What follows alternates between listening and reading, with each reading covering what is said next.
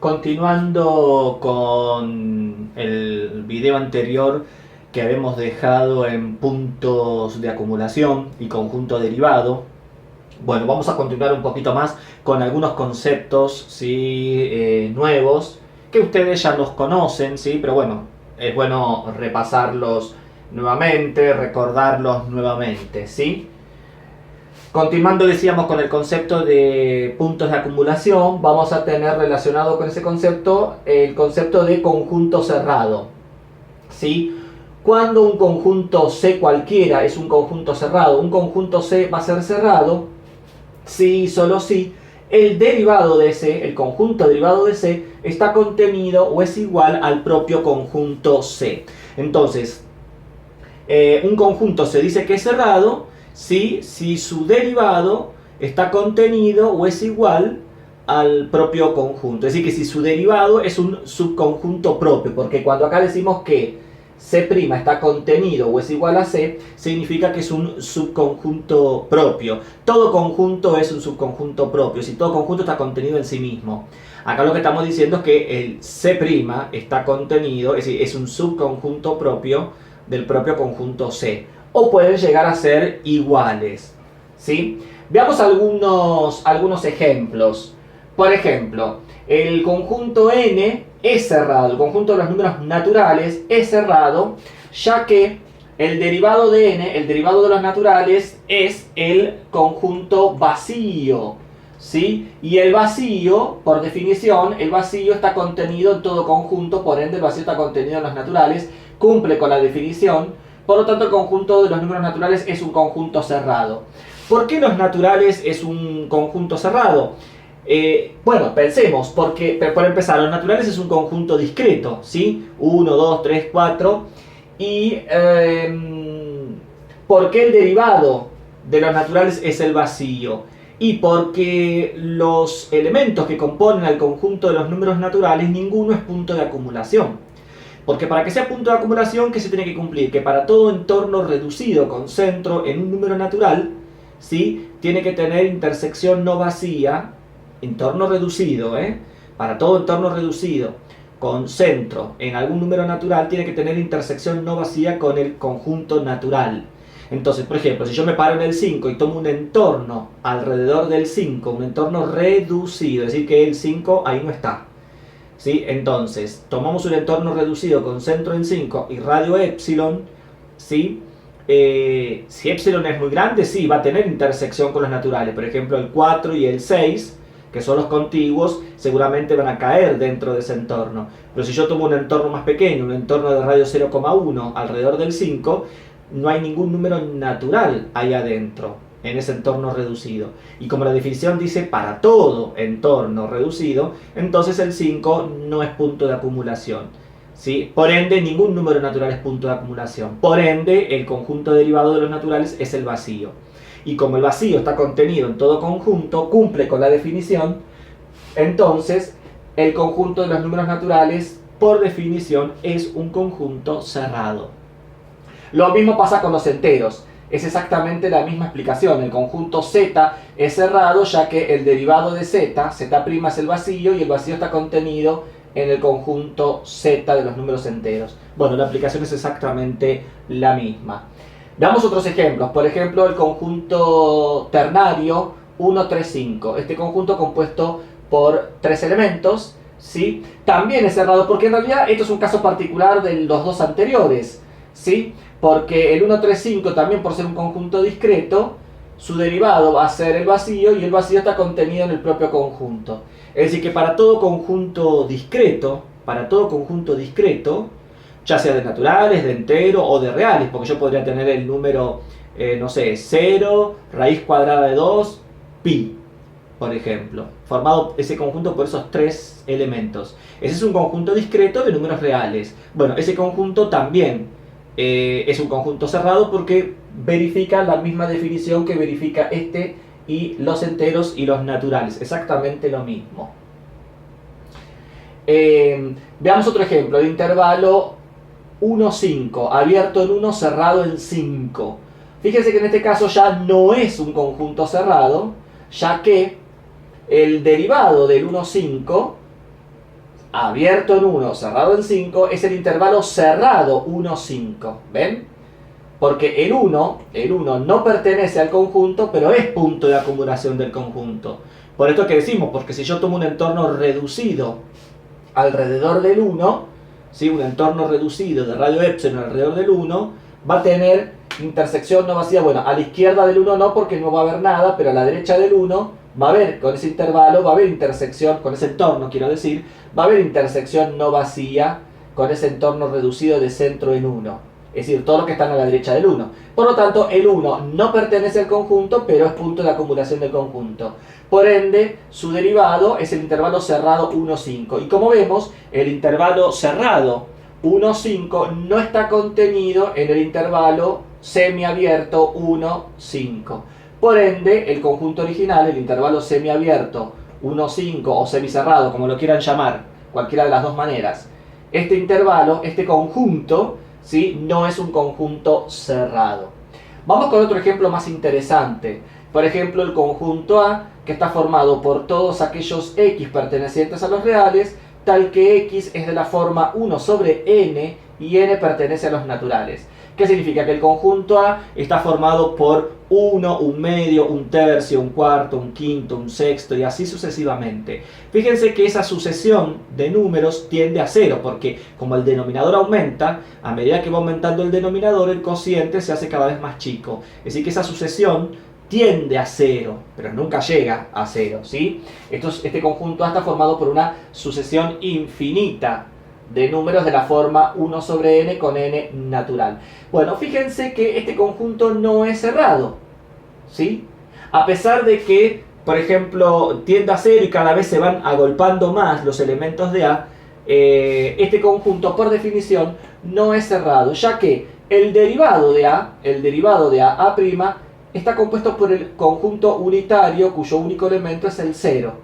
Y este conjunto no está contenido en A porque dentro de A el 0 no existe. ¿Sí? No hay ningún número 1 sobre n con n natural que me dé 0. Por lo tanto, el conjunto derivado que está formado por el 0 no está contenido en el propio conjunto. Por lo tanto, el conjunto original, fíjense, no es un conjunto cerrado.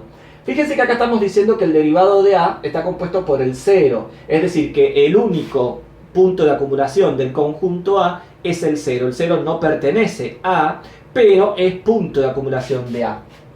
¿Sí? Y acá lo estamos mostrando gráficamente. ¿Cómo lo podemos mostrar o demostrar gráficamente? ¿Sí? Con una pequeña deducción. Bueno, fíjense, acá tenemos algunos elementos de A. Tenemos 1, un medio, ¿sí? Tenemos, decíamos, 1, un medio, un tercio, un cuarto, un quinto y así sucesivamente, ¿sí? Y acá tenemos el 0. Fíjense que si acá tomamos un entorno reducido al 0, lo estamos sacando, Tomamos, ahí hay un agujero, un entorno reducido con centro en 0 y radio epsilon. Fíjense que a la derecha del 0 siempre va a caer alguna fracción de la forma 1 sobre n. Para un n suficientemente grande, ¿sí? Cuanto más grande sea n, más cerca por derecha del 0 va a estar. Y podemos encontrarlo, la definición que dice que el 0 va a ser punto de acumulación, porque para todo entorno reducido con centro en 0 y radio epsilon, ¿sí? Si yo este entorno lo interseco con el conjunto A, va a tener intersección no vacía. Es decir, que para todo entorno reducido con centro en 0 y radio epsilon, siempre ahí adentro va a caer una fracción de la forma 1 sobre n. ¿Y eso cómo lo podemos mostrar? Bueno, en este caso muy fácilmente. Fíjense, si ustedes observan, ¿sí? Tenemos que la distancia de la fracción 1 sobre n a 0, la distancia de esta fracción 1 sobre n a 0, esta pequeña distancia, es menor que el radio del entorno reducido. Es menor que epsilon. Por definición de distancia, eso es el módulo de 1 sobre n menos 0 menor que epsilon. ¿Sí? Bueno, 1 sobre n menos 0, esto es 1 sobre n, y como n es natural, el cociente 1 sobre n siempre es positivo, por tanto ya las barras de módulo no hacen falta. Así que de acá a acá nos queda directamente 1 sobre n menor que epsilon. Si despejamos n de esta desigualdad, nos queda que n es mayor que 1 sobre epsilon para todo epsilon positivo, que es el radio del entorno. Entonces fíjense que acá ya tenemos una fórmula Acá ya tenemos una fórmula que es lo que cumple con la definición. La definición dice que el 0 es punto de acumulación de este conjunto porque para todo entorno reducido con centro en 0 y radio epsilon tiene intersección no vacía con el conjunto. Significa que adentro de ese entorno va a caer siempre alguna fracción 1 sobre n. Para todo entorno reducido de radio epsilon. Entonces, por ejemplo, si epsilon vale un décimo, si el radio epsilon vale un décimo, 0,1, ¿sí? ¿Qué fracciones vamos a tener ahí adentro? Y bueno, vamos acá. Si epsilon vale un décimo, 1 dividido un décimo, eso nos da 10. N mayor que 10. N mayor que 10. Es decir, que para un entorno reducido, con centro en el 0 y de radio un décimo o 0,1, las fracciones que van a empezar a caer ahí adentro, a la derecha del 0, van a ser todas aquellas fracciones cuya n sea mayor que 10. Por ejemplo, fracciones de ese tipo podría ser un onceavos, un doceavos, un treceavos, un quinceavos, un veinteavos. Todas esas fracciones van a empezar a caer adentro de ese entorno reducido con centro en 0 y radio 0,1. Si yo tomo otro radio más chico, por ejemplo 10 a la menos 3, ¿sí? 10 a la menos 3 es un radio extremadamente chico, ¿sí? Es de la forma 0,001, ¿sí? Es un radio, como decíamos, extremadamente pequeño, porque 10 a la menos 3 sería, notación científica, 1 por 10 a la menos 3, ¿sí? Entonces, recuérdense la coma, esto yo lo podría expresar como 1,0 por 10 a la menos 3. El menos 3 hace que la coma entre el 1 y el 0 se corran hacia la izquierda 3 unidades. Donde estaría el 1, la primera, 0, 0, coma. Entonces nos quedaría 0,001, ¿sí? Que es lo que yo dije recién. 10 a la menos 3 o 1 sobre 1000. 10 a la menos 3 es 1 sobre 1000, que eso es 0,001.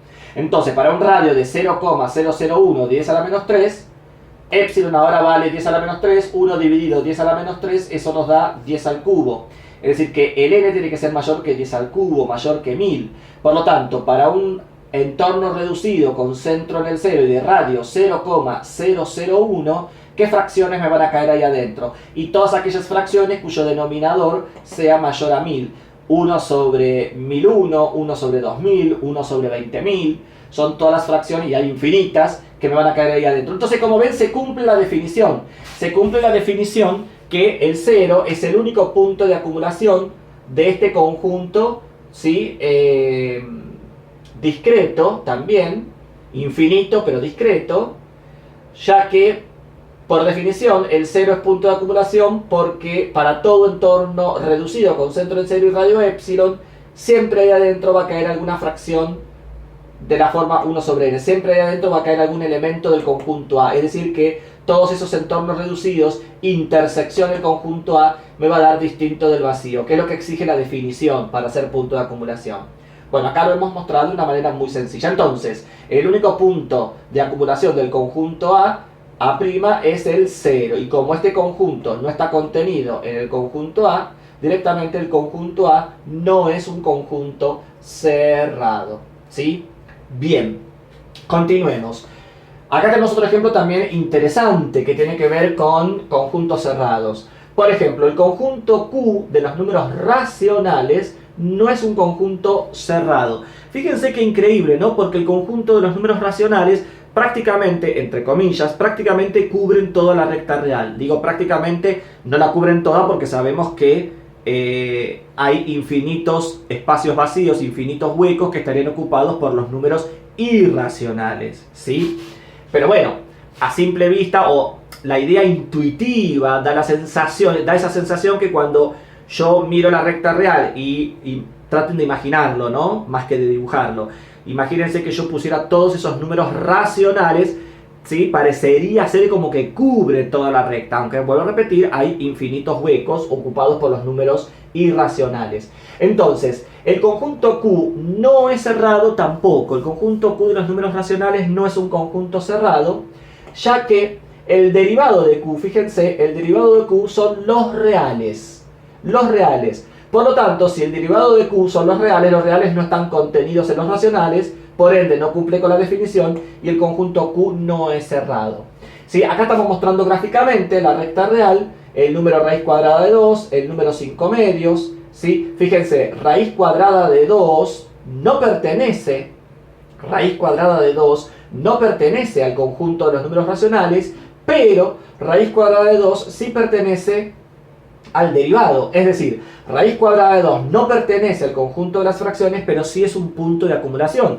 Por el mismo motivo que mostrábamos recién con el 0 en el ejemplo anterior. Porque fíjense, si yo acá tomo un entorno reducido con centro en raíz cuadrada de 2 y radio epsilon, dentro de este entorno, si lo alcanzan a ver en color verde, dentro de este entorno, ahí adentro, siempre va a caer alguna fracción. ¿Y por qué sabemos que va a caer alguna fracción? Porque nosotros ya sabemos que el conjunto de los números racionales es lo que se llama un conjunto denso. Un conjunto denso, que significa que entre dos números racionales existe otro número racional. De hecho, existen infinitos. Pero en principio, entre dos números racionales, cualesquiera, existe otro número racional que sería el que está en el punto medio. ¿Que cómo se calcula? Y bueno, si tengo el número racional A, el número racional B, para saber el que está en el medio, hacemos el promedio. A más B dividido 2 y vamos a tener el racional que cae en el medio. Y eso lo podemos continuar. Después, entre ese que cayó en el medio con el A, vuelvo a hacer lo mismo y voy a tener el que me cae en el medio. Y así sucesivamente. Así que en definitiva, entre A y B hay infinitos números racionales. Esa es una de las características de los conjuntos densos. Entonces, dentro de ese entorno reducido con centro en raíz cuadrada de 2 y radio epsilon, siempre va a caer alguna fracción, siempre va a caer algún número racional. Por ende, raíz cuadrada de 2 no pertenece al conjunto de los números racionales, pero sí es punto de acumulación, pertenece al derivado. Y bueno, y 5 medios con más razón. 5 medios pertenece al conjunto de los números racionales y 5 medios también pertenece al conjunto derivado. Porque para cualquier entorno reducido con centro en 5 medios y radio delta, si lo alcanzan a ver, bueno, por el mismo motivo que el anterior, adentro de ese entorno reducido siempre va a caer alguna otra fracción. De hecho, van a caer infinitas fracciones. Por ende, 5 medios sí es punto de acumulación y sí pertenece a los racionales. Entonces, dentro del derivado de Q tenemos elementos que pertenecen a los racionales y elementos que no pertenecen a los racionales. Por ende, el derivado de Q son los reales. Y como son los reales, no está contenido en los racionales, por definición, entonces, los racionales no es un conjunto cerrado. Ojo acá, porque uno dice, bueno, si no es cerrado, entonces es abierto. No, ojo con esto. Que un conjunto no sea cerrado no implica que sea abierto. Porque de hecho, ¿sí? Como vamos a ver, hay conjuntos que no son ni abiertos ni cerrados. Hay conjuntos que son abiertos, hay conjuntos que son cerrados, hay conjuntos que no son ni abiertos ni cerrados. Y hay conjuntos, y estos son por ahí lo que más cuesta pensar, ¿sí? Pero hay ejemplos y muy sencillos. Y hay conjuntos que son abiertos y cerrados simultáneamente. Así que hay de todo, ¿eh? Así que no pensemos que porque no es cerrado, entonces es abierto. No, por favor, mucho cuidado con eso. O viceversa, si un conjunto no es abierto, entonces es cerrado. No tampoco, ¿sí? Hay que tener cuidado con esto. Bien, tenemos entonces acá, ya hemos cerrado con estos ejemplos y con la definición, hemos cerrado el concepto de, valga la redundancia, de conjunto cerrado. Sigamos con otros elementos, con otras características que pueden adquirir, ¿sí? Los elementos de R a la N, de la recta, del plano, del espacio, ¿sí? Vamos a tener la definición ahora de punto interior, ¿sí? La definición de punto interior. Bueno, acá la tenemos escrita. A raya perteneciente a un conjunto cualquiera C, es punto interior de C, si y solo si existe un entorno de A raya, fíjense que no me importa el radio, si y solo si existe un entorno de A raya, tal que el entorno de A raya está totalmente contenido o es igual al propio conjunto C. Con que exista un solo entorno, con que yo pueda encontrar un solo entorno con centro en la raya, tal que dicho entorno esté totalmente contenido o sea igual al conjunto que yo estoy estudiando, en este caso el conjunto C, bueno, eso alcanza para decir que ese puntito A raya, ¿sí? Ese punto A raya es interior de C. Obviamente que los puntos interiores de C tienen que pertenecer a C, ¿sí? Por eso que acá empezamos diciendo, A raya perteneciente a C es punto interior, ¿sí? ¿Qué significa? ¿Que hay puntos de un conjunto, hay puntos que pertenecen a un conjunto y que no son interiores? Sí, los hay. Y de hecho ya lo vamos a ver más adelante cuando veamos los puntos frontera. Entonces acá también hay que tener mucho cuidado, porque una cosa es que un punto pertenezca a un conjunto y otra cosa es que un punto, ¿sí?, se encuentre o esté o pertenezca al interior del conjunto. Porque a veces uno dice, bueno, si un elemento pertenece a un conjunto es porque está dentro del conjunto. No, eso está mal dicho. A veces en la escuela primaria, cuando se enseña conjuntos, o en la escuela secundaria, cuando se enseña algunas operaciones entre conjuntos, hay que tener mucho cuidado con el lenguaje que uno utiliza. ¿Sí? Entiendo que a veces uno, para que el alumno pueda entenderlo, uno le dice, bueno, si un elemento pertenece a un conjunto, si está dentro del conjunto.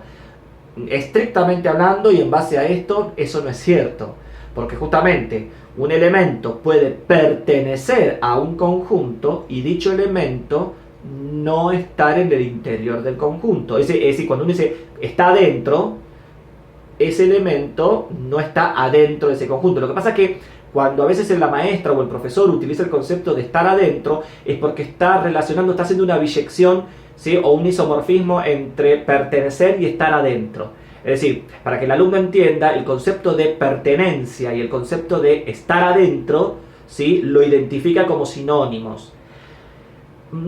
A ver, para que el alumno lo entienda, mal no está, pero hay que tener mucho cuidado. Obviamente que un alumno en la escuela primaria, y mucho menos también un alumno en la escuela secundaria, vamos a empezar a hablar de conceptos de topología. Pero bueno, pero ustedes como futuros profesores sí tienen que tener la diferencia, sí tienen que estar atentos y saber la diferencia entre pertenecer y estar en el interior. Son conceptos distintos, que se relacionan obviamente, porque para estar en el interior tiene que pertenecer primero. Pero que pertenezca no alcanza para estar en el interior. Ojo con eso. Ojo con eso, ¿eh? Ojo con eso. Entonces, decíamos, un elemento que pertenece a un conjunto va a ser punto interior del mismo si yo puedo encontrar un entorno de él tal que esté totalmente contenido en el conjunto o que sea igual al conjunto. Así que mucho cuidado, ¿sí? Bueno, a partir de esto podemos definir conjunto interior. El conjunto interior se lo puede simbolizar como I de C, y con el conjunto entre paréntesis I de C, o también se lo suele llamar C sub I como conjunto interior, ¿sí? Acá estamos usando la letra C, pero si fuera, por ejemplo, si el conjunto C fuera la letra M, acá vamos a poner M sub I, es decir, el interior de M, ¿sí? Si fuera J, sería J sub I, el interior de J, ¿sí? Yo prefiero usar esta notación. Ustedes pueden usar cualquiera de las dos, pero yo prefiero usar la primera, interior de C. Se define al interior de C, al conjunto interior de C, ¿sí?, o al conjunto interior de un conjunto C, como aquellos elementos A raya pertenecientes al conjunto tal que A raya es punto interior de C. No hay más vuelta que darle a la definición, ¿sí? Fíjense que a partir de esto podemos definir el conjunto abierto. ¿Cuándo un conjunto va a ser abierto? Bueno, un conjunto C cualquiera es abierto si y solo si el conjunto C es igual a su interior. Es decir, que para que un conjunto sea abierto, un conjunto tiene que ser igual a su interior. Es decir, un conjunto es abierto si todos sus elementos son puntos interiores de él. ¿Sí? Esto es lo que estamos diciendo con esta definición. Un conjunto es abierto si y solo si todos sus elementos son puntos interiores de él. Con que un elemento no sea punto interior ya alcanza para decir que no es abierto. Ojo. Bien, veamos con algunos ejemplos, que ahí sí, con los ejemplos por ahí lo vamos a refrescar, vamos a entender un poco mejor estos conceptos. Por ejemplo, tenemos el intervalo, vamos a usar algunos ejemplos que ya hemos usado antes también, ¿no? Por ejemplo, tenemos el intervalo semiabierto 1, 5, abierto en 1, cerrado en 5. Bueno, este conjunto no es abierto. AB significa abierto. Este conjunto no es abierto, ya que el interior del intervalo semiabierto 1, 5, el interior del intervalo semiabierto 1, 5, es el intervalo abierto 1, 5, que es distinto al intervalo semiabierto 1, 5. ¿Ven? No cumple con la definición. El interior del intervalo abierto en 1, cerrado en 5, es el intervalo abierto 1, 5, que es distinto al conjunto original. Por lo tanto, el conjunto original, ¿sí?, no es un conjunto abierto. Todos los elementos que pertenecen al intervalo 1, 5, todos los elementos que pertenecen al intervalo 1, 5 no son puntos interiores. El 5 es el problema, porque como acá hay un corchetes, como está cerrado en 5, el 5 pertenece, el 5, fíjense, el 5 pertenece al conjunto, pero no es punto interior del conjunto, ¿sí? Porque si yo tomara un entorno, del 5, siempre hay que remitirse a la definición. Si yo tomara un entorno del 5, acá, si yo tomara un entorno del 5, ¿sí? Un entorno del 5, ese entorno, ¿está contenido dentro de este intervalo? No, porque si yo tomo un entorno del 5, a la izquierda del 5 sí va a estar contenido en el intervalo, pero ¿y a la derecha del 5? Todos aquellos números reales que están dentro de ese entorno, que están a la derecha del 5, adentro de ese intervalo no van a estar, por lo tanto no me cumple con la definición. Es decir, que no existe ningún entorno con centro en 5 tal que esté totalmente contenido en el conjunto este, en el intervalo este. Por eso que, por culpa del 5, por decirlo de alguna manera, por culpa del 5, ese conjunto no es un conjunto abierto. Fíjense que tampoco era cerrado, ¿ven? Antes habíamos dicho el mismo que no era cerrado, y ahora estamos diciendo que no es abierto, ¿ven? Entonces esto es lo que yo les decía, que no sea cerrado no significa que sea abierto. Este conjunto no es ni abierto ni cerrado. Otro ejemplo, bueno, vamos ahora sí con el intervalo abierto, el intervalo real abierto 1, 5. Bueno, obviamente este intervalo es un conjunto abierto, ya que el interior de él es el mismo, ¿sí? Por ende, es un conjunto abierto. Ustedes en el texto de Raufetti, en el capítulo 1, pero del texto 2, ¿sí?, de Análisis Matemático 2, o Cálculo 2, tienen una demostración muy interesante sobre los intervalos abiertos. Es decir, ahí se demuestra, ahí lo hace para un intervalo en el plano, ¿sí? Que se acuerdan que un intervalo en el plano es un disco. Entonces, ahí se demuestra por qué un intervalo abierto es un conjunto abierto, o todo intervalo abierto es un conjunto abierto. Eso es un teorema. Bueno, ahí está la demostración, que es muy interesante, usando el concepto de distancia. Se usa el concepto de distancia y obviamente la definición. Obviamente se trabaja con la definición. Si después lo pueden leer, mírenlo detalladamente, porque la demostración es muy, muy interesante y además ingeniosa. No es difícil, pero es ingeniosa de parte de la autora, ¿no?, como para poder demostrar ese teorema. Y además también el leerlo y el poder entender la demostración, también a ustedes les va a empezar a dar herramientas para poder leer otras demostraciones, y también para ustedes poder empezar a hacer algunas demostraciones sencillas, pero bueno, empezar a trabajar ustedes con algunas demostraciones, en este caso para cuestiones de topología, que además también eso siempre sirve como base para después poder hacer demostraciones en otras materias, ¿sí? Así que les recomiendo que lean la demostración de que todo intervalo abierto es un conjunto abierto, porque es muy interesante. Geométricamente hablando también, ¿no? Es muy interesante. Bien, sigamos. El conjunto A que habíamos planteado acá, que era, ¿se acuerdan? Los X pertenecientes a los reales, tal que los X son de la forma 1 sobre n con n natural, es decir, 1, un medio, un tercio, un cuarto, un quinto, etc. Ese conjunto tampoco es un conjunto abierto. ¿Por qué no es un conjunto abierto? Porque el interior de ese conjunto, fíjense que el interior de ese conjunto discreto, porque dijimos que era un conjunto discreto, infinito pero discreto, el interior de ese conjunto es el vacío. Y el vacío es distinto al propio conjunto, que es lo que me pide la definición.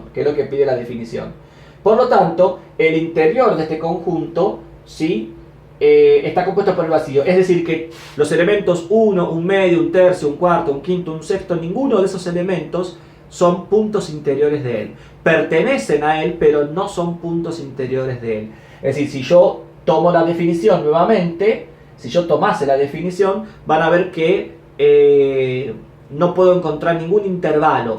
Por ejemplo, ¿sí? Acá lo tenemos representado. Supongamos que tome el 1 medio. El 1 medio pertenece a ese conjunto A. ¿Por qué 1 medio no es punto interior de A? Bueno, a ver, porque vamos a la definición. Siempre hay que ir a la definición, ¿eh? Lo quiero hacer con el 1 medio y lo muestro acá. 1 medio perteneciente a A. Lo estoy haciendo con el conjunto A. 1 medio perteneciente a A es punto interior de A si y solo si existe un entorno de 1 medio tal que el entorno de 1 medio está contenido o es igual a A. ¿Y es cierto eso? Es decir, si yo tomo un entorno de 1 medio, por más chiquito que sea, ¿no? Centro 1 medio y radio épsilon para un lado y para el otro. Chiquito o grande, como ustedes quieran. Tomo un entorno cualquiera de 1 medio. ¿Ese entorno está totalmente contenido en el conjunto? No, ese entorno no está totalmente contenido en el conjunto. ¿Por qué? Por la sencilla razón que, fíjense, si yo tomo un entorno con centro en 1 medio y radio épsilon hacia la izquierda y hacia la derecha, ahí adentro de ese entorno, ¿qué números tenemos? Tenemos infinitos números reales dentro de ese entorno con centro en 1 medio. Tanto a la izquierda como a la derecha de 1 medio hay infinitos números reales, ¿sí? Y todos esos números reales, ¿sí?, ¿están contenidos dentro del conjunto A?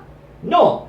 Va a depender del tamaño del entorno. Por ejemplo, si yo tomo un entorno de centro 1 medio y radio, qué sé yo, radio 0,4 hacia la derecha y hacia la izquierda, va a ser un entorno de este tamaño, ¿sí? Bueno, fíjense que el 1 tercio, el 1 cuarto, seguramente el 1 quinto van a estar dentro de ese entorno. Pero, por ejemplo, entre 1 medio y 1 tercio, entre 1 tercio y 1 cuarto, todos esos números reales están dentro del entorno, pero no están dentro del conjunto. Por lo tanto, ¿se cumple la definición de que el entorno de centro 1 medio está totalmente contenido en el conjunto A? No, porque dentro de ese entorno de centro 1 medio van a haber números reales, ¿sí?, que pertenecen al entorno, pero que no pertenecen al conjunto A por cómo está definido.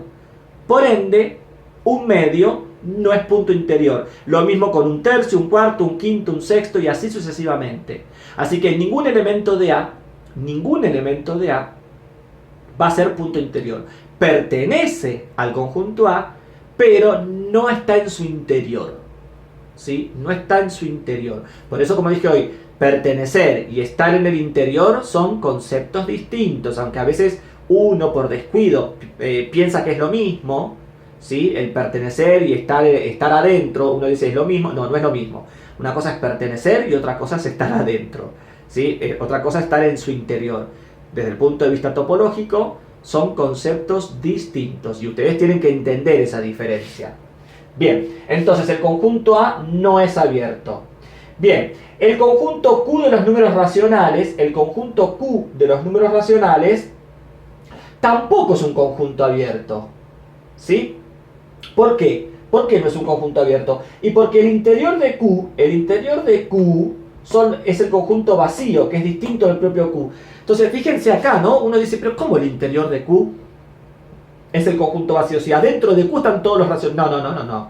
Vuelvo a repetir. Una cosa es pertenecer, otra cosa es estar adentro o ser interior. Son dos cosas distintas. Es cierto que el conjunto Q de los números racionales está compuesto por infinitos números fraccionarios, ¿sí?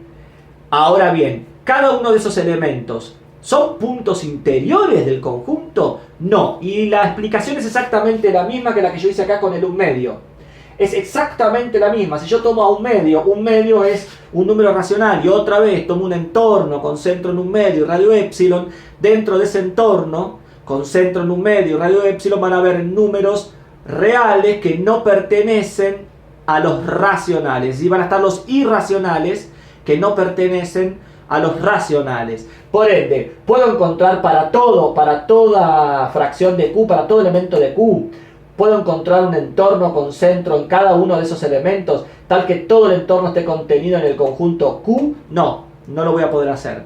Ahí yo lo mostré con el 1 medio. Lo mismo sería si yo lo mostrara con raíz cuadrada de 2. Pero bueno, raíz cuadrada de 2 no es un número racional. Eso sería para un conjunto de números irracionales. Pasa lo mismo. El conjunto de los números irracionales tampoco es abierto. Por el mismo motivo que Q, pero al revés. Ahora con los irracionales, ¿sí? Porque para cualquier, por ejemplo, tomo raíz cuadrada de 2, un entorno con centro en raíz cuadrada de 2 y radio épsilon, fíjense, adentro de ese entorno alguna fracción me va a caer.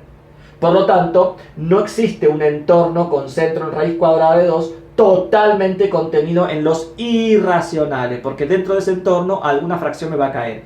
Y viceversa, con los racionales lo mismo, con los racionales lo mismo, ¿sí? No existe entorno con centro en algún racional tal que ese entorno esté, el entorno, no entorno reducido, acá lo estoy mostrando con este dibujo, pero bueno, es un entorno, no entorno reducido.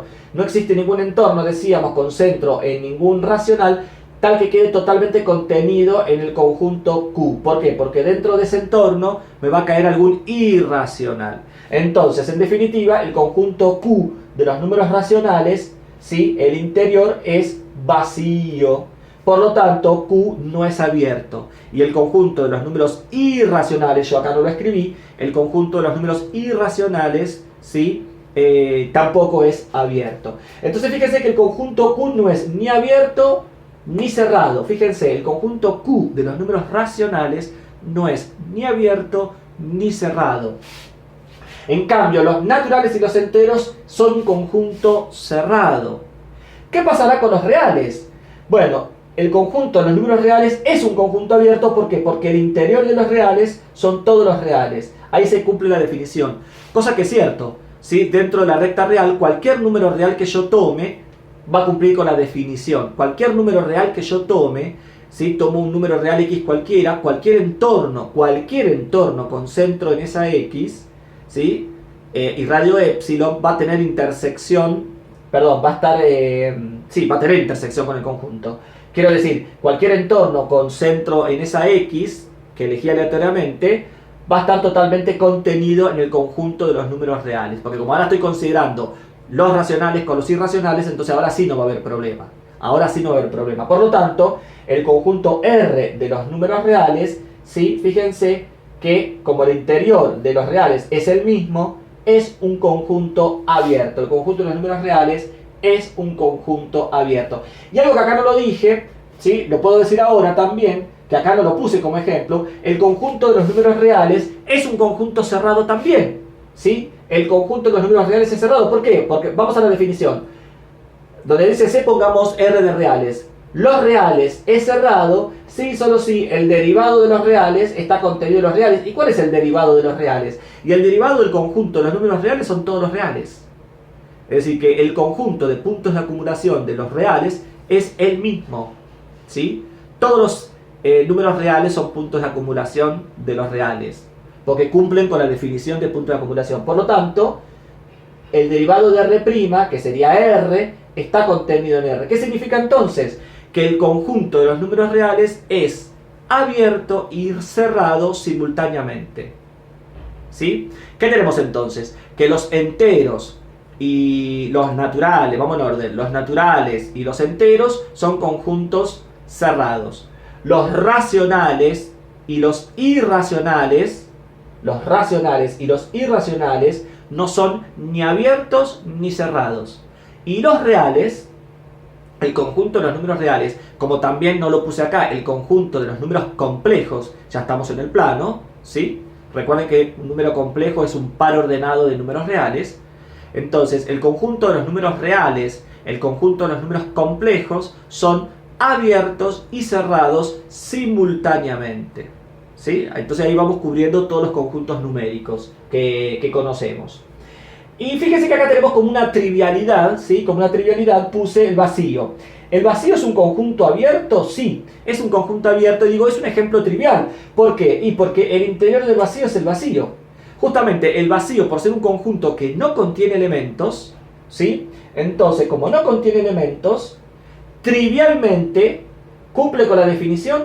Y sí, digo y sí, ¿por qué digo? Porque, a ver, supongamos, A raya perteneciente al vacío. Ya desde el vamos digo, si A raya pertenece al vacío es porque no hay ninguna raya, porque si el vacío es vacío es que carece de elementos. Pero digo, si yo usara la definición, yo diría que A raya pertenece al vacío, es punto interior del vacío, si solo si existe un entorno de A raya tal que el entorno de A raya está contenido en el vacío. Obviamente como A raya no hay, como no hay A raya no hay entorno. ¿Qué significa? Que esto sería vacío, no hay nada, ¿no? Por lo tanto, el vacío está contenido en el vacío, ¿sí? Es medio traído de los pelos, ¿no? La definición acá, si yo quisiera usarla con el vacío. Por eso que es un ejemplo trivial.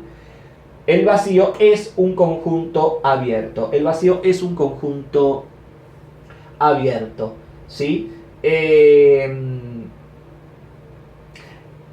Porque cumple con la definición de abierto. Pero fíjense, no lo puse acá, también lo voy a comentar ahora. El vacío es un conjunto cerrado. Porque otra vez, el vacío es cerrado si solo si el derivado del vacío está contenido en el vacío. El derivado del vacío es el vacío. Porque justamente, como el vacío carece de elementos, ¿sí? Entonces al no tener elementos no puedo encontrar ningún derivado. Entonces el derivado del vacío es el vacío. Y el vacío está contenido en todo conjunto. Con más razón está contenido en el mismo. El vacío está contenido en el mismo. Por lo tanto, el conjunto vacío es un conjunto cerrado. Así que fíjense que los reales, los complejos y el conjunto vacío es abierto y cerrado simultáneamente, ¿sí? Son tanto los reales como los complejos y el vacío son los considerados ejemplos triviales porque son ambas cosas, ¿no? Son abiertos y cerrados simultáneamente porque cumplen con ambas definiciones, ¿sí? Aunque por ahí en algunos es más obvio y en el vacío de repente cuesta entender, ¿no? De que sea abierto y cerrado, pero a la luz de la definición de conjunto abierto y de conjunto cerrado, el vacío la verifica, por lo tanto, ¿sí? Es un conjunto abierto y cerrado simultáneamente. Bien, y para ir terminando con esta parte del video, vamos con los puntos aislados. Ya algo se habló cuando vimos puntos de acumulación y demás, con algunos ejemplos en algún video anterior. Acá vamos a definir el concepto de punto aislado, ¿sí?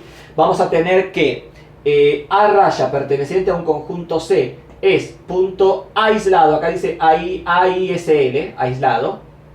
Repito, A raya perteneciente a C es punto aislado en C, ¿sí? Es punto aislado en el conjunto C, si y solo si existe un entorno reducido, estrella o asterisco, existe un entorno reducido de A raya, tal que el entorno reducido de A raya, intersección del conjunto, me da vacío. ¿Qué significa entonces? Que un elemento de un conjunto, ¿sí? Lo puedo mostrar acá, otra vez con el conjunto A. Lo puedo mostrar acá, fíjense, me paro, por ejemplo, me paro en el 1. ¿Sí? El 1 es un elemento de A. 1 sobre 1, 1. El 1 es un elemento de A. El 1 es un punto aislado de A. ¿Por qué? Y bueno, justamente porque, fíjense, si existe un entorno reducido, si yo acá tomo un entorno reducido, con centro en 1 y radio epsilon, qué sé yo, 0,2 para la izquierda, 0,2 para la derecha, sería el radio. Si yo tomo un entorno reducido con centro en 1 y radio 0,2 para cada lado, y ese entorno lo interseco con el conjunto A, me da vacío. Ese entorno, si lo interseco con el conjunto A, me da vacío. Lo mismo si yo lo tomara acá con el 1/4. Es obvio que a medida que yo me voy acercando al 0, ¿sí? Cualquier elemento que yo tome como centro, el radio va a tener que ser mucho más chico, pero no hay problema porque, fíjense, si yo trabajase con 1/4, ¿sí? Si yo ahora digo que 1/4 es punto aislado, y de hecho es un punto aislado, 1/4 es un punto aislado, ¿por qué? Porque yo puedo tomar un entorno reducido con centro en 1/4 y un radio, fíjense, un radio lo suficientemente pequeño. ¿Cuál podría ser el radio que yo puedo tomar? Y bueno, la mitad de la distancia entre 1/4 y 1/3. Podría tomar como radio epsilon la mitad, justo la mitad de la distancia entre 1/4 y 1/3. ¿Sí? Y ese nuevo entorno reducido con centro en 1/4, si yo lo interseco con todo el conjunto A, me va a dar vacío. Por lo tanto, 1/4, ¿sí? Es un punto de acumulación. Y así sucesivamente. ¿Y se podría generalizar? Sí. Acá yo no lo generalicé, pero lo puedo generalizar.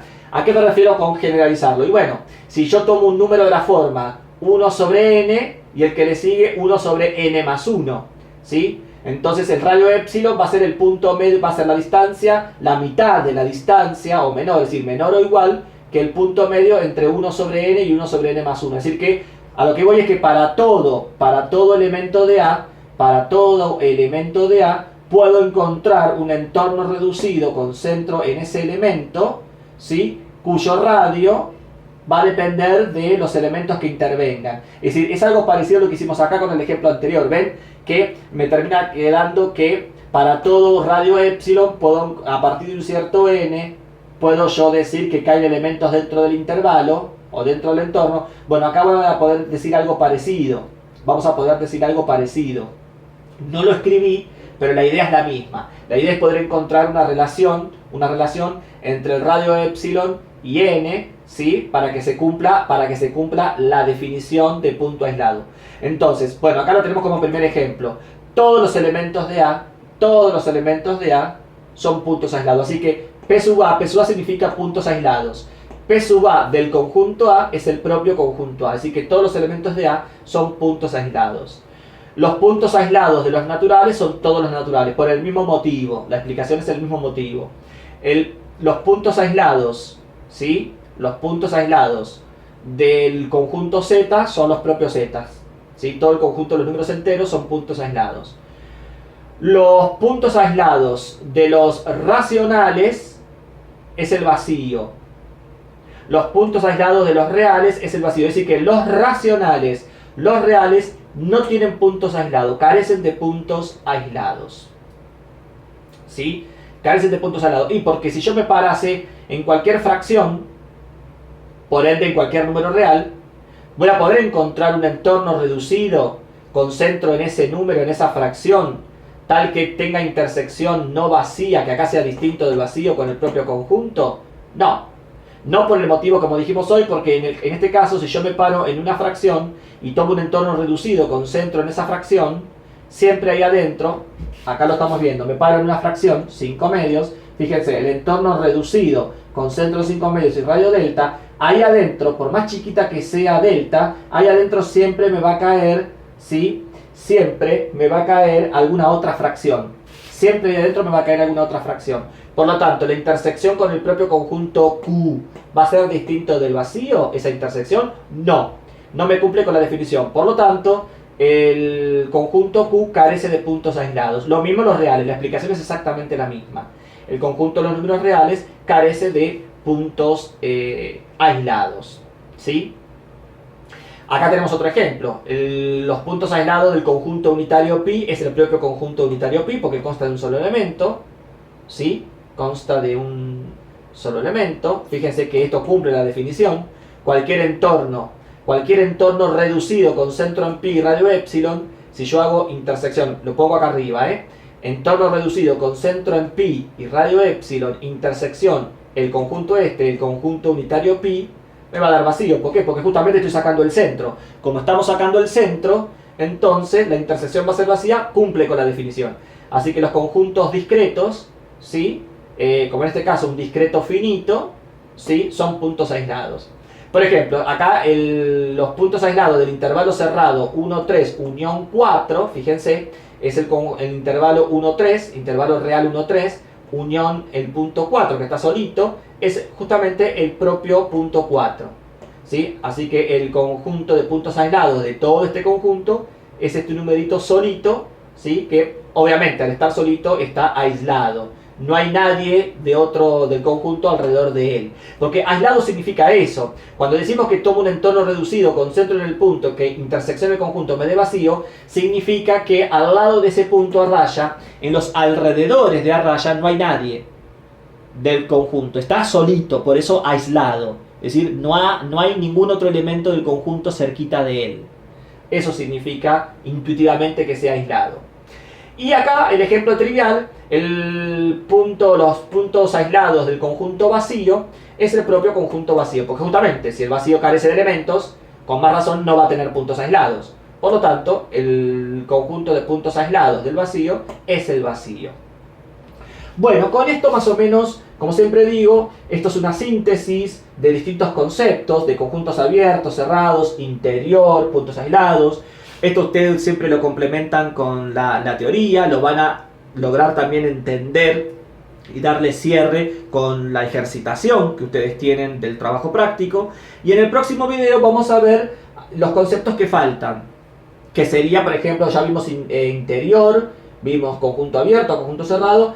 ¿Qué está faltando? Bueno, está faltando definir lo que es un punto exterior, es decir, qué significa estar afuera de punto exterior, conjunto de puntos exteriores, punto frontera. Es decir, los puntos frontera son justamente van a ser aquellos que me van a dividir el interior del exterior, ¿sí? Punto frontera. Y algunas propiedades de los conjuntos abiertos, cerrados y demás. Para después llegar también al concepto de conjunto compacto y conexo. Pero eso lo vamos a ver en el próximo video. Espero que esta síntesis, como siempre digo, esto es una síntesis, les haya servido y lo complementen con la teoría, con los apuntes y con los ejercicios, que ahí les va a dar el cierre final de estos temas. Nos vemos en el próximo video.